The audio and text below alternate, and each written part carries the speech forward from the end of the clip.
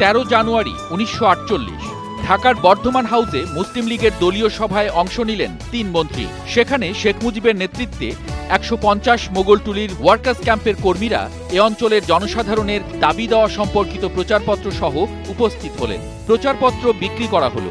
শেখ মুজিব ও নাইমুদ্দিন আহমদ প্রকাশিত এই প্রচারপত্রের শিরোনাম, পূর্ব পাকিস্তানে দুর্ভাগা জনসাধারণ, কৈফিয়ত দিতে হবে, আমাদের দাবি।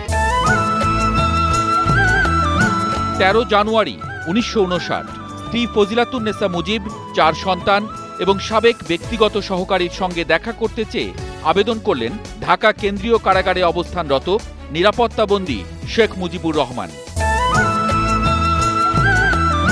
13 জানুয়ারি 1971 প্রেসিডেন্ট ইয়াহিয়ার সঙ্গে আওয়ামী লীগ প্রধান বঙ্গবন্ধু শেখ মুজিবের আলোচনা শেষ হল।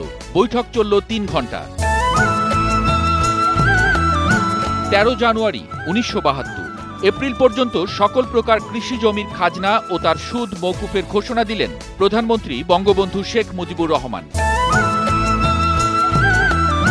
13 জানুয়ারি 1972 প্রধানমন্ত্রী বঙ্গবন্ধু শেখ মুজিবুর রহমানের সভাপতিত্বে মন্ত্রিসভার বৈঠকে জাতীয় পতাকার নমুনা তৈরি সবার জন্য সহজ করতে মুক্তিযুদ্ধের সময় নির্বাচিত পতাকা থেকে দেশের মানচিত্র বাদ দেবার সিদ্ধান্ত নেওয়া হলো।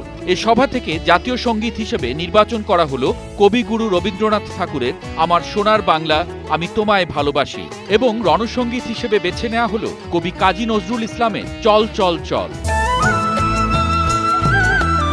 13 জানুয়ারি 1974 গণভবনে ঢাকা নগর আওয়ামী লীগের নবনির্বাচিত কর্মকর্তা এবং দ্বিবার্ষিক কাউন্সিলে যোগদানকারী কাউন্সিলর ও প্রতিনিধিদের উদ্দেশ্যে প্রধানমন্ত্রী বঙ্গবন্ধু শেখ মুজিবুর রহমান বললেন, একটি সুখী সমৃদ্ধ সমাজ গড়ে তুলতে না পারা পর্যন্ত, দেশের সাধারণ মানুষের মুখে হাসি ফুটিয়ে তুলতে না পারা পর্যন্ত আমাদের ক্লান্তি নেই, আমাদের সংগ্রাম চলবেই।